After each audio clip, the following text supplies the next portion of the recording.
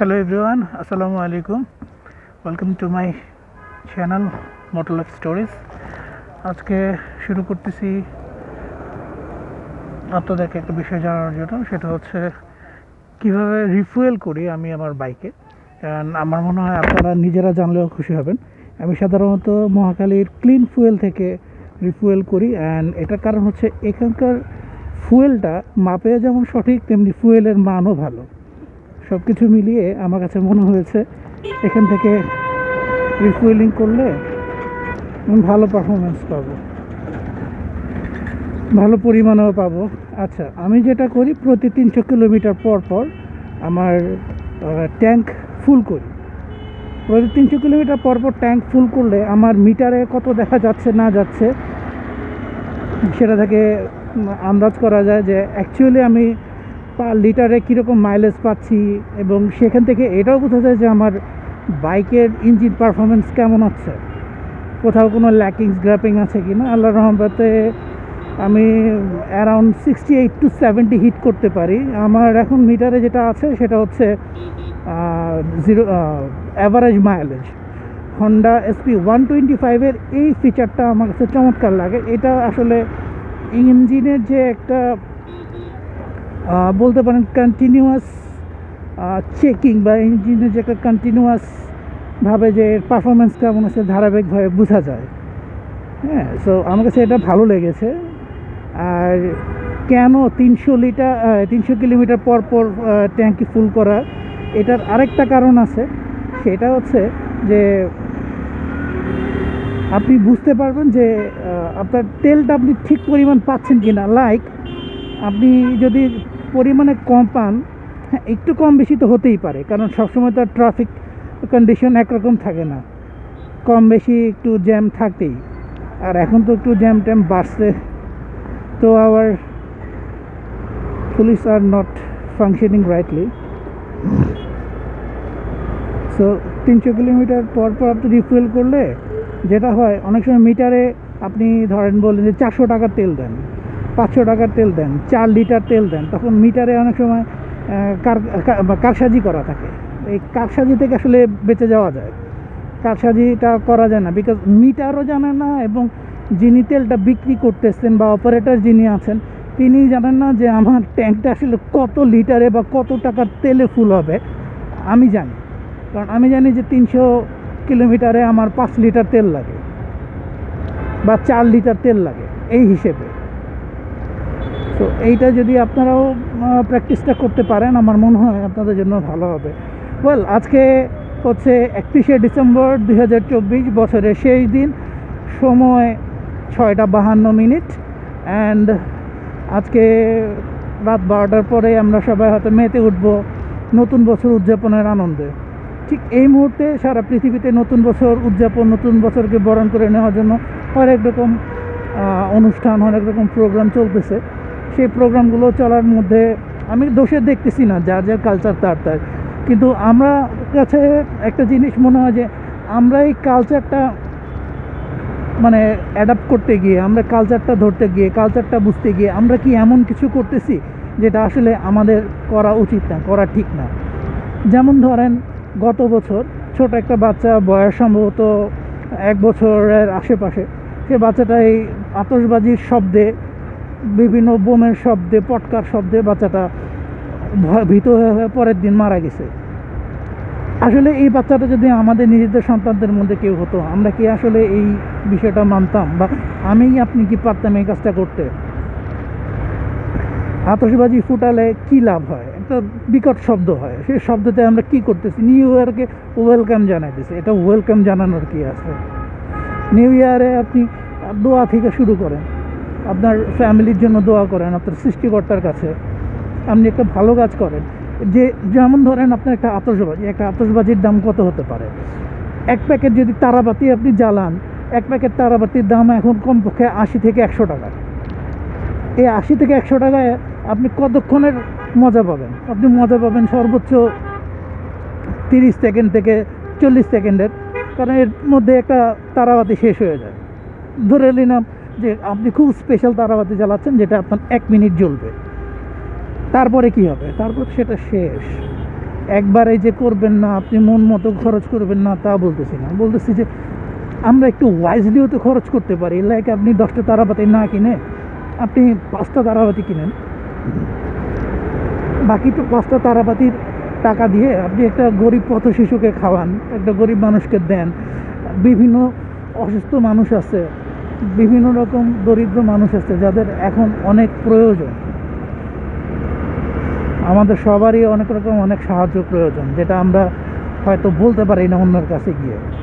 এরকম হলে আমার মনে হয় জানানো উচিত যে আমরা এই মানুষগুলোর জন্য কিছু করতে পারি কিনা, একটু চেষ্টা করা উচিত।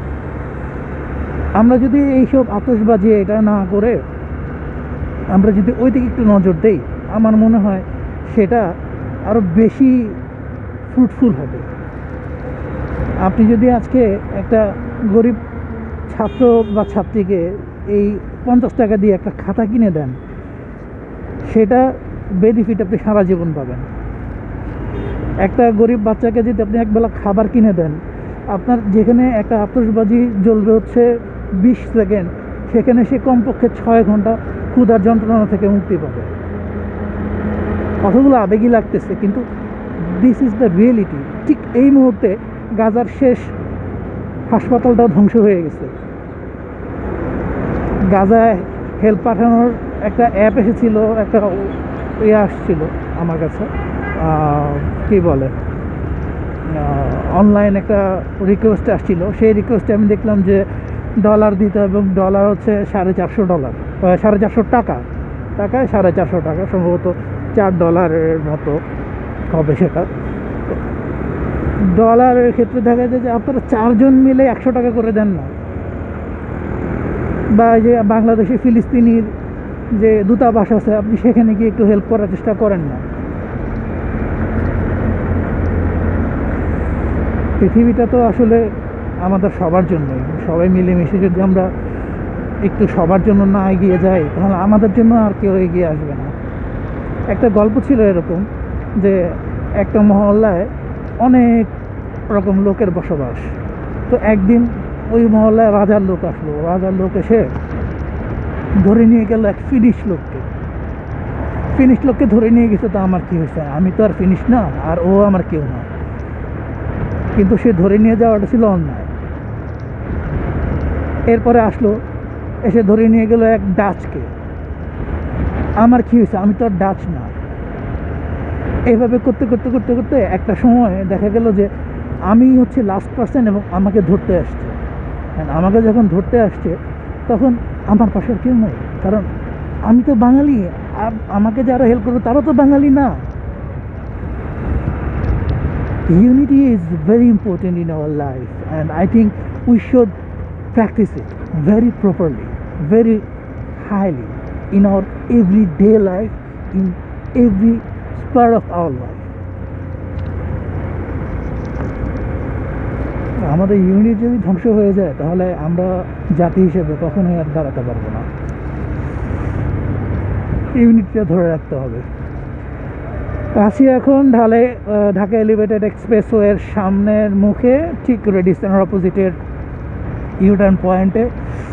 সময় 6টা 57, অ্যান্ড অ্যাভারেজ মাইলেজ বলা যাবে না কত শো করতেছে আমার meter, but it's good, not bad, it's good, means very good. But আবার হালকা কুয়াশা দেখা যাচ্ছে। ট্রাফিকও মোটামুটি আজকে শিথিল, খুব হেভি ট্রাফিক মনে হচ্ছে না। কি মনে হয় এরকম কুয়াশার একটা সকালে কি করতে ইচ্ছা করে? আমাদের গ্রাম বাংলা যেটা করে, গ্রাম বাংলার বাড়িগুলো বা গ্রামের বাড়িগুলোতে সকালবেলা এই ঠান্ডার মধ্যে আরও ঠান্ডা বেশি পড়ে, ওখানে কুয়াশা বেশি। আল্লাহ, আমি ছিলাম গত কয়েকদিন, I was just shivering all day long from the sunrise to sunset. দিনের বেলা এরকম ঠান্ডা, অথচ ঢাকায় ঠান্ডা খুবই কম। লাইক এখন যেমন মনে হচ্ছে যে 15 হবে, 15-16 এরকম, কিন্তু আসলে ঢাকার ঠান্ডা খুবই কম গ্রামের তুলনায়। তো কমই লাগতেছে।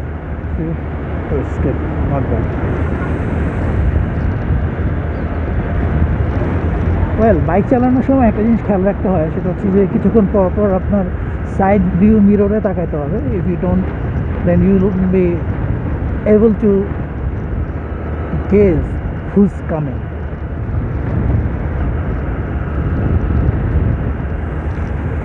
ওকে, খুব অল্প সময়ে প্রায় 6 মিনিট বা 7 মিনিটের মধ্যে চলে এলাম কুড়িল মেডিসিনের কাছাকাছি। এখানে হালকা একটু ট্রাফিক দেখা যাচ্ছে, এটা রেগুলার, অলওয়েজ এখানে একটা traffic, always. Line sleeper coach. যাই হোক, আপনাদের সাথে আমার সাধারণত এরকম মানে অন দ্য ওয়েতে কথা কম হয়, বা এটাই এটা আমার দ্বিতীয় অন দ্য ওয়েতে ব্লগ করাটা, এটা হচ্ছে আমার দ্বিতীয়। আমার চ্যানেলটা একদমই নতুন, সাবস্ক্রাইব করলে উৎসাহিত তো অবশ্যই হব। চেষ্টা করব সামনে আপনাদের সাথে আরও ভালো কিছু টপিক নিয়ে কথা বলার জন্য। আপনাদের নতুন বর্ষ শুভ হোক, সকলের জন্য দোয়া রইল। আমার জন্য সবাই দোয়া করবেন, সুন্দরভাবে যেন আমরা এগিয়ে যেতে পারি, সবাই একসাথে মিলে একসাথে সুন্দরভাবে জীবনযাপন করতে পারি, সমৃদ্ধির সাথে, উন্নতির সাথে, অগ্রগতির সাথে। সকলের মঙ্গল কামনা করে শেষ করতেছি। ভালো থাকবেন সবাই। আসসালামু আলাইকুম।